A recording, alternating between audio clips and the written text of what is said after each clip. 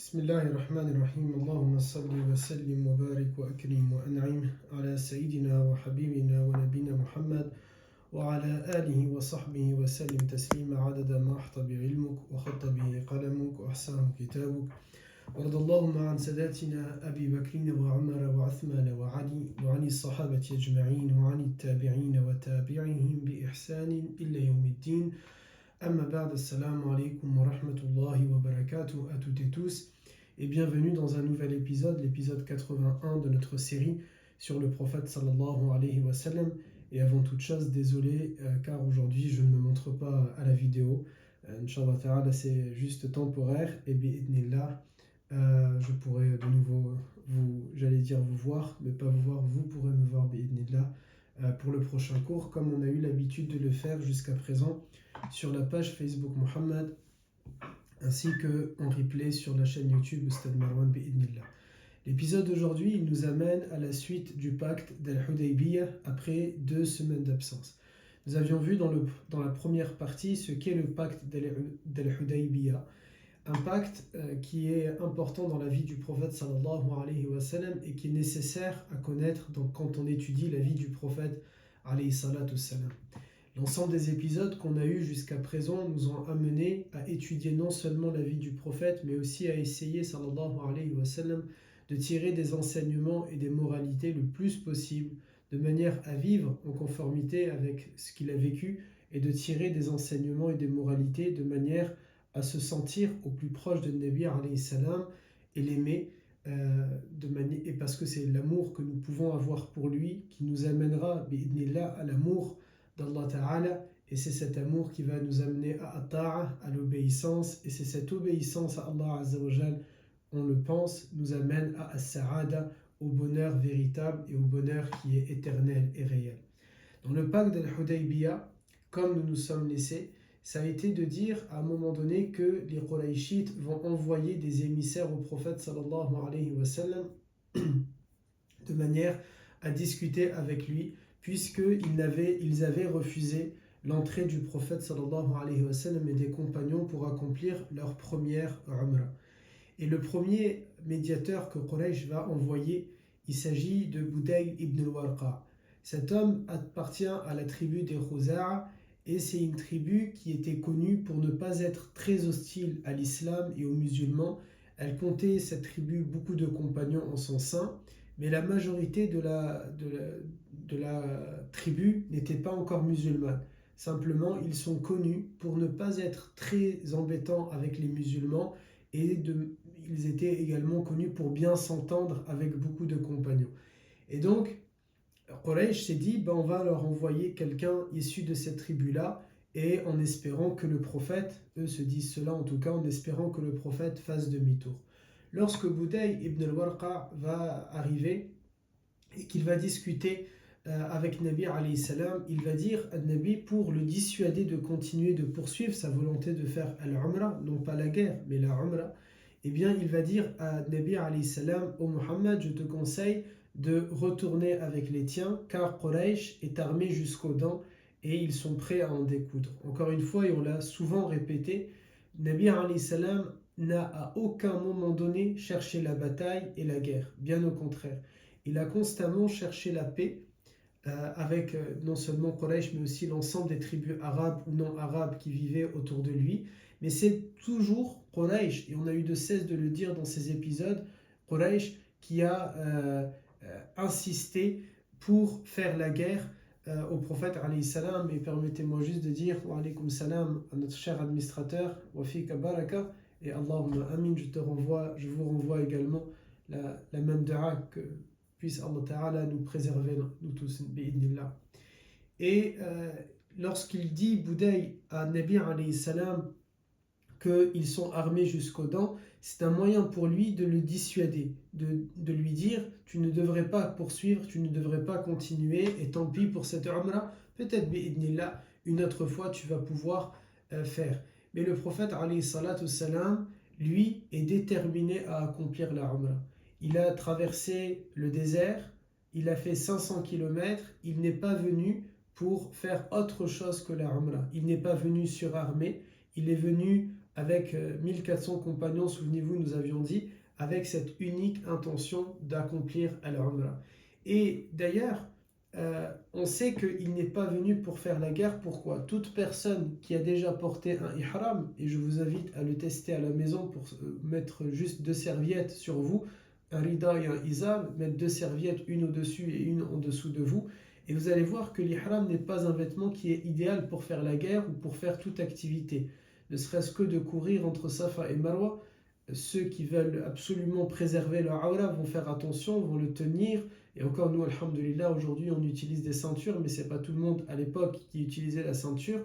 Donc c'est pas un vêtement qui est fait pour faire du sport, pour faire encore moins une guerre. C'est pas un vêtement qu'on utilise tous les jours. Et même dans les pays où ils utilisent quelque chose qui ressemble à l'ihram, par exemple nos frères, en Indonésie, ils mettent des sous-vêtements en bas et ils l'attachent avec quelque chose. Donc ici, non seulement physiquement, matériellement et vestimentairement parlant, rien ne montre que le prophète alayhi salatu salam a voulu faire une guerre, mais Quraysh persiste et continue dans sa volonté de nuire au prophète alayhi salam et de l'empêcher de faire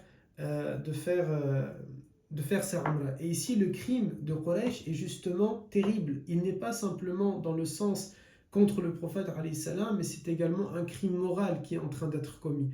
Et ils perdent en légitimité et ils perdent en crédibilité. Les Qurayshites sont connus pour être les gardiens de la maison sainte. Ils sont connus pour être les protecteurs des pèlerins et pour accueillir les pèlerins. Or là, pour la première fois dans l'histoire, ils interdisent à un homme et à une communauté de venir faire le tawaf, de tourner autour de la maison sacrée.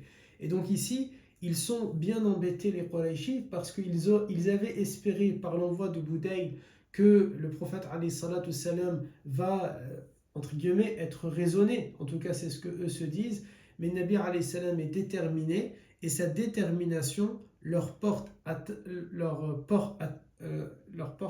je crois on dit, à eux, puisque maintenant c'est leur légitimité, leur crédibilité qui en prend un coup. Alors ils vont envoyer un autre médiateur pour essayer de convaincre le prophète alayhi salatu salam, et il va s'agir de Urwa ibn Mas'ud al-Thaqafi. Lui, il n'a pas la même diplomatie que Budayl. Il n'a pas les mêmes bonnes manières que Budayl, il n'a pas la même façon de parler, et son comportement, et c'est pas péjoratif contre cette communauté, c'est à l'époque en tout cas c'est vu de cette manière-là. Il est vu comme un bédouin, et donc pour les Arabes de l'époque, les bédouins étaient des gens qui avaient moins de bonnes manières que les gens qui vivaient dans la ville. Et il vient également d'une communauté qui sont les Khuza'a. Et lorsqu'il va arriver, il va parler de manière très hautaine au prophète alayhi salatu salam, il va le prendre de haut, et lorsqu'il va le faire, il va également utiliser des mots qui sont très moqueurs à l'encontre des compagnons. Il va par exemple dire au prophète alayhi salam qu'il est entouré que d'un groupe de rebelles. Il va dire qu'il s'agit ici que de personnes qui n'ont pas, leur parole n'est pas à croire. Et il dit au prophète alayhi salam, Urwa lui dit si jamais tu te fies à eux, comme ils ne sont pas de ta famille, au moindre problème et dès que le sang va couler, ils vont s'échapper, ils vont s'enfuir. Ici, c'est parce que lui, il n'a pas les codes et il réfléchit comme un arabe de son époque, comme un bédouin de son époque, comme un homme de son époque de manière générale.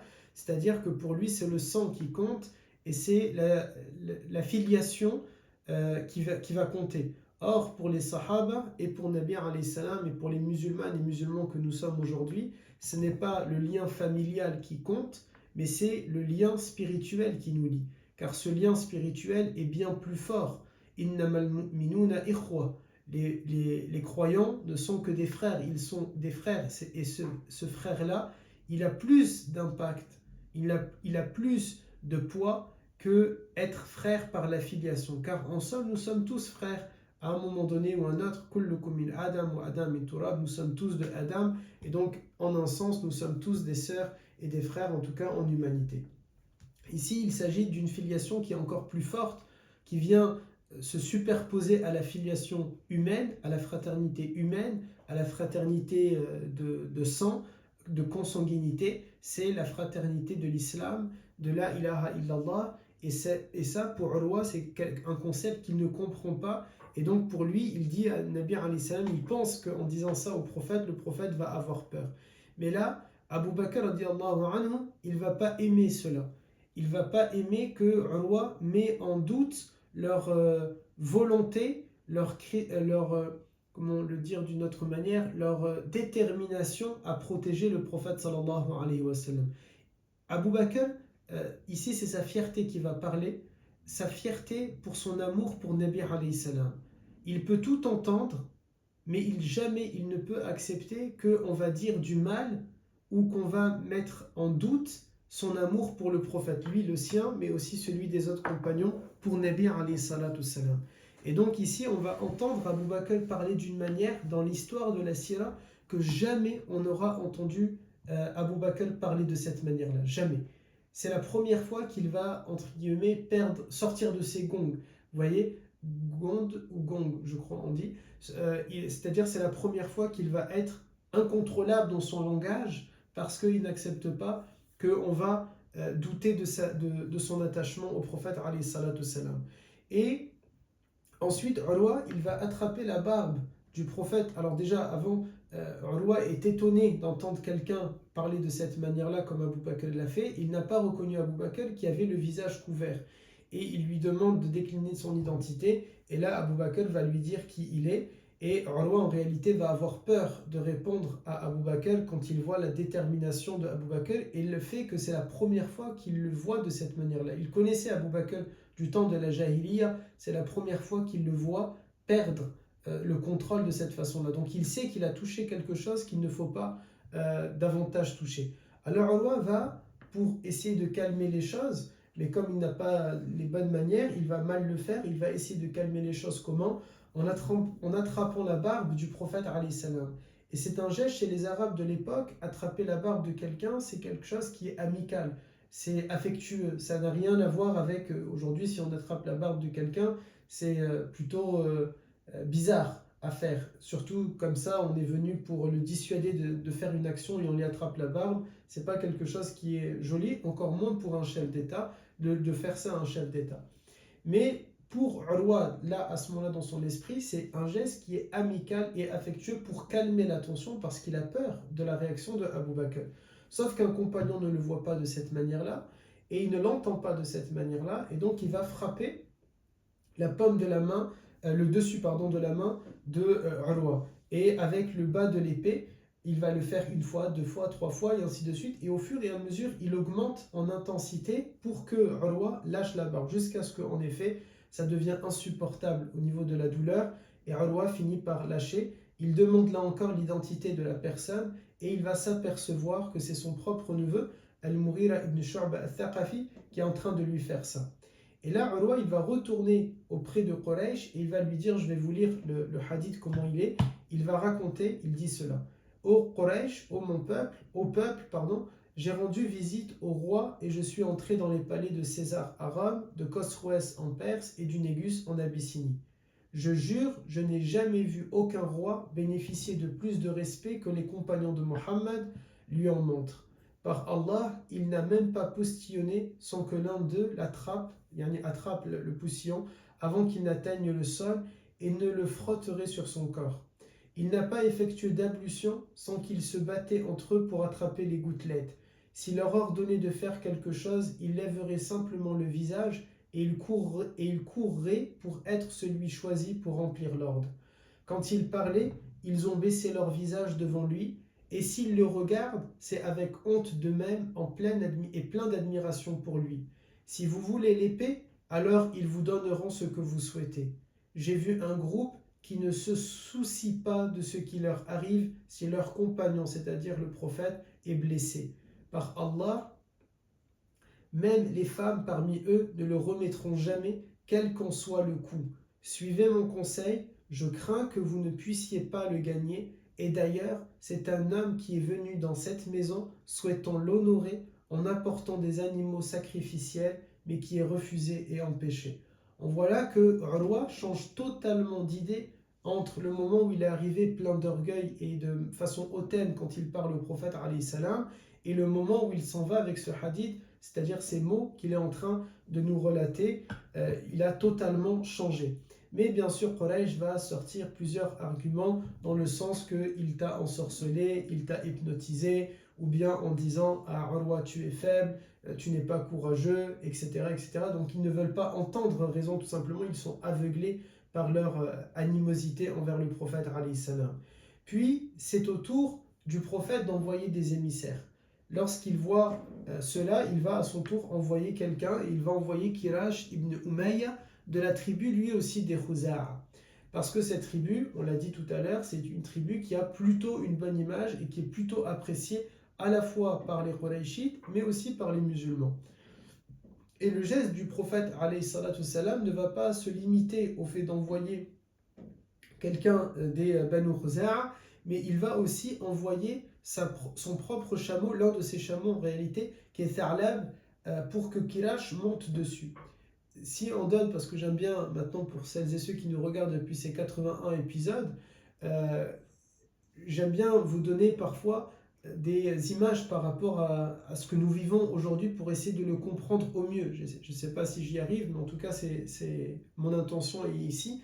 C'est un peu comme si le président des États-Unis va envoyer un émissaire, mais pour montrer l'importance de son geste, même s'il ne se déplace pas, il envoie son émissaire avec le Air Force One, vous voyez, avec son avion à lui. C'est l'avion présidentiel. Et bien là, il l'envoie avec le chameau du prophète alayhi salatu salam. C'est pas Nabi alayhi salam qui se déplace, c'est Kirash, mais il l'envoie avec son chameau, signe qu'il est véritablement dans une idée de paix et d'apaisement de la situation avec Quraysh. Mais les Qurayshites sont ce qu'ils sont, et ils vont s'en prendre à l'animal, ils vont maltraiter Tha'lab, qui est le chameau du prophète, et ils ont même failli tuer Kirash. Il s'en est fallu de peu avant que Kirash ne meure. Et pourquoi il a été sauvé? Pourquoi ils ne l'ont pas tué? Uniquement parce qu'un autre membre des Khuza'a qui était présent dans la ville de Makka va voir ça et il va intervenir en menaçant Quraysh en leur disant: si jamais vous allez vous en prendre à un Khuza'i comme moi, eh bien je vais le dire à mon peuple et ils vont se retourner contre vous et donc on va vous déclarer la guerre. Et c'est simplement parce que Quraysh a peur de la guerre avec les Khuza'a qu'ils vont relâcher Kirash, ce sahabi, mais sinon ils étaient prêts à l'assassiner et à le tuer, alors que, et vous avez tous, je pense, regardé des films, des séries qui montrent que l'émissaire, on ne le tue pas. On peut être en guerre, les deux peuples, les deux tribus, les deux pays sont en guerre, mais l'émissaire, on ne le tue pas, on ne le touche pas, on ne le violente pas, parce qu'il est ce qu'il est, c'est-à-dire un émissaire. Et ensuite, Quraysh comprend l'erreur qu'ils ont fait, que si le prophète s'entend avec les Khuza'a, il y a là un véritable risque d'une alliance entre eux et d'une guerre qui va être fatale pour Quraysh, qui pour l'instant était en supériorité numérique. Et donc, ils vont vite dépêcher un autre émissaire qui va suivre Kirash à toute vitesse, parce qu'ils ont relâché Kirash et lui s'est rendu rapidement auprès de Nabi alayhi salam pour lui rendre compte de la situation. Et là, ils vont envoyer rapidement un émissaire qui vient de la tribu des Kinana de manière à essayer de calmer les choses. Sauf que Nabi alayhi salam connaît cet homme, il connaît cet émissaire des Kinana et quand il le voit arriver de loin, il le reconnaît à son visage ou bien à ses vêtements, en tout cas il le reconnaît, il va demander aux compagnons de lever la voix parce qu'ils sont toujours en état de sacralisation, donc ils sont constamment en train de faire la talbiya depuis maintenant plusieurs jours. Il leur dit de lever la voix et de mettre les animaux qui sont destinés à la Umrah tout devant. Quels sont ces animaux-là? C'est lorsque, et là je vous renvoie au fiqh al-Umrah ou bien fiqh al-Hajj, lorsqu'on fait certaines erreurs dans les rites, il y a des compensations à faire qui peuvent se faire soit en nourrissant des pauvres, soit en jeûnant, soit en sacrifiant un animal. Et aussi le prophète avait, alayhi salatu salam, lui et les sahaba, chacun avait ramené des animaux, des agneaux ou bien des chameaux, en l'occurrence pour le prophète 70 chameaux qui sont destinés à la sadaqa. Nabi alayhi salam va venir avec 70 chameaux pour nourrir le peuple de Makka, ce même peuple qui l'a chassé, ce même peuple qui l'a expulsé, ce même peuple qui l'a rejeté, ce même peuple qui veut jusqu'à présent lui faire la guerre eh bien Nabi alayhi salam, parce qu'il est rahmatun lil alamin, il va quitter le Madina al-Munawwara avec 70 chameaux destinés à être égorgés dans la ville de Mecca et d'être nourris là-bas. Et là, ça me fait penser, parce qu'il nous faut toujours tirer des moralités et des enseignements. Je ne veux pas faire de politique, je n'aime pas faire de politique, mais parfois on entend des gens qui vont dire qu'ils refusent la Umrah ou le Hajj parce qu'ils ont un conflit idéologique et politique avec les autorités saoudiennes. Et donc ils refusent, selon leur argumentation, ils refusent de donner de l'argent à ce royaume parce que selon eux, parce qu'ils ont, sans rentrer dans les détails, ils ont un conflit idéologique ou politique. Eh bien, Nabi alayhi salam ne s'est pas dit j'ai un conflit politique avec Quraysh, je refuse de dépenser un centime pour Quraysh.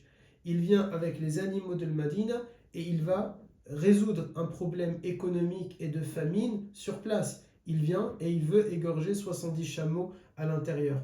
Et donc, si ça peut nous aider à voir les choses différemment, en tout cas, on peut le juxtaposer à n'importe quelle autre situation.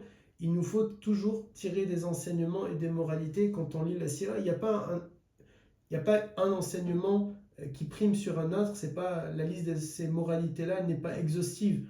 Je l'ai souvent dit, aujourd'hui on fait ce cours-là, voilà les morales qui nous viennent en tête. Demain je peux faire, et c'est d'autres moralités pour le même épisode. Et au même moment où moi je parle, ça peut être vous-même dans votre esprit qui avez d'autres moralités et d'autres enseignements que vous pouvez tirer de cet épisode-là ou de cet événement-là qui s'est passé dans la vie du prophète sallallahu alayhi wa sallam. Ensuite, le prophète alayhi salam, cet homme des Kinana, lorsqu'il va arriver et qu'il entend la talbiya et qu'il voit les animaux destinés au sacrifice qui sont mis en avant, et il vient d'un peuple, les Kinana, qui sont très attachés aux animaux, qui plus est les animaux destinés au sacrifice, eh bien il ne prend même pas la peine d'arriver jusqu'au campement des musulmans, il fait demi-tour et il va dire à Quraysh qu'il n'a jamais signé, son peuple n'a jamais signé pour une telle, comment on le dit, ignominie, pour une telle action. Leur peuple n'a jamais signé pour empêcher les gens d'accomplir la visite de la maison sacrée. Et donc, il rejette le pacte qui le lie à Quraysh, il prend son peuple et les Kinana se désolidarisent de Quraysh et ils rentrent chez eux. C'est donc en sorte une victoire pour le prophète alayhi salam sans même avoir parlé avec cet homme-là. Et c'est aussi, on voit ici le génie stratégique de Nabi alayhi salam puisqu'il a mis en avant les bêtes destinées au sacrifice tout en sachant qu'il vient, cet homme, d'un peuple qui comment on dit, pour lequel les bêtes destinées au sacrifice sont très importantes. C'est pas un mensonge, attention, du prophète alayhi salam. Ces bêtes-là sont véritablement destinées au sacrifice. Mais simplement, il veut les mettre en avant, de manière à ce que cet homme les voit, tout simplement. Ensuite, le prophète sallallahu alayhi wa sallam veut envoyer Omar ibn al-Khattab. Mais Omar ibn al-Khattab va lui dire à Nabi alayhi salam, Ya Rasulallah, il va faire comprendre au prophète, il va lui dire avec ces mots, c'est pas qu'il a peur de se rendre auprès de Quraysh, pas du tout, et on connaît la bravoure et la force mentale et physique de Omar ibn al-Khattab, mais il dit à Nabi alayhi salam, j'ai avec Quraysh une animosité. Ils ont pour moi, je crois qu'on dit une greffe, G-R-I-E-F, et lui, il en a pour eux. Et donc, le fait de s'y rendre, il ne va pas être il va pas être la meilleure personne que l'on peut envoyer pour faire ces pourparlers-là. Et ici, on voit encore un enseignement. C'est que Omar ibn al-Khattab a su se faire petit pour la gloire de la ilaha illallah. Il n'a pas mis sa personne en avant, mais il a mis le groupe en avant. Il a mis l'islam, les musulmans, la fraternité, la umma en priorité. Il se dit, entre guillemets, si je parle à la place de Omar, en tout cas si on essaye de comprendre, c'est comme s'il se dit ici, moi je ne compte pas, et même si c'est un véritable honneur que d'être l'émissaire du prophète, même si c'est un énorme privilège et que je peux avoir mes hasanat le jour du jugement énorme par rapport à ça, eh bien non, je ne dois pas y aller parce que je sais que moi et eux, on ne s'entend pas et donc je risque tout simplement de porter préjudice à ma communauté. je risque de porter préjudice à ma communauté, c'est quelque chose qui est important, qu'on doit justement se demander. Quand Nabi alayhi salam, puisque le but c'est de suivre la sunna de Nabi alayhi salam, il nous dit Rasulullah alayhi salam, Iyakum bi sunnati wa sunnati al-khulaf ar-rashidun al-mahdiyoun. Si je l'ai bien prononcé en langue arabe, désolé si j'ai fait une erreur. Eh bien ici il nous dit sallallahu alayhi wa sallam, cramponnez-vous, attachez-vous à ma tradition et à celle de mes successeurs qui sont bien guidés. Et voilà la sunna d'un khulaf ar-rashidi, d'un calife bien guidé, où il nous apprend, moi je ne compte pas, mais c'est la Ummah qui compte, c'est le groupe qui compte, c'est la nation qui compte, c'est la patrie qui compte, ce n'est pas l'individu qui compte. Et donc, je ne veux pas porter préjudice à mon groupe, je ne veux pas porter préjudice à ma communauté, je ne veux pas porter préjudice à ma société, je ne veux pas porter préjudice à ma nation, à mon pays. Et donc, c'est préférable pour moi de me taire et de me mettre en retrait tout simplement. Et là, le prophète alayhi salam va choisir Uthman ibn Affan. Et c'est quelque chose que l'on doit apprendre également lorsqu'on lit la Sira, à faire attention à ne pas porter préjudice à notre communauté, puisque malheureusement, Dieu sait à quel point, et nous savons à quel point de nombreux musulmanes et musulmans portent préjudice à notre communauté parce qu'ils parlent beaucoup, parce qu'ils agissent vite, parce qu'ils ne réfléchissent pas dans leur action. Et ensuite, c'est malheureusement toute la communauté qui en paye le prix lourd et le prix fort. Donc, Uthman ibn Affan sera choisi par le prophète alayhi salatu salam, et ensuite, il va donc se rendre auprès de Quraysh. Lorsqu'il se rend auprès de Quraysh, Uthman, il va être coupé aux abords de la ville, on va lui empêcher l'entrée dans la ville, mais un de ses cousins va lui assurer la protection et Uthman ibn Affan va pouvoir rentrer à l'intérieur et le temps sera court et donc j'ai préféré m'arrêter sur cette entrée de Uthman arrivée à Makkah pour cet épisode-là, puisqu'ensuite ce serait compliqué de couper en plein milieu, puisqu'ensuite les événements s'enchaînent avec le fait que Uthman rentre, il y a un événement qui va se passer, qui va causer la panique un peu dans le camp des musulmans, qui va amener à justement le nom de cet épisode, à un pacte qui s'appelle le pacte d'Al-Hudaybiyah, et avant le pacte d'Al-Hudaybiyah, un serment que le prophète alayhi salam et les compagnons vont faire, sans trop spoiler, mais pour venger Uthman. Donc qu'est-ce qui va se passer qui va faire que les compagnons vont vouloir venger Uthman? C'est-à-dire que tout le reste est tellement trop lié entre eux qu'il m'a été compliqué de vous faire l'épisode et d'entamer pour s'arrêter d'un coup. Et donc tous ces passages-là seront pour le prochain épisode, Inch'Allah, qui normalement sera le dernier du pacte d'Al-Hudaybiyah. Il aura été fait en 3 épisodes, bi'idnillah. Barakallahu fikum, subhanakallahumma bihamdik, nashhadu an la ilaha illa ant, nastaghfiruka wa natubu ilayk, subhana rabbika rabbil izzati amma yasifun, wa salamun ala al-mursalin, walhamdulillahi rabbil alamin, barakallahu fikum.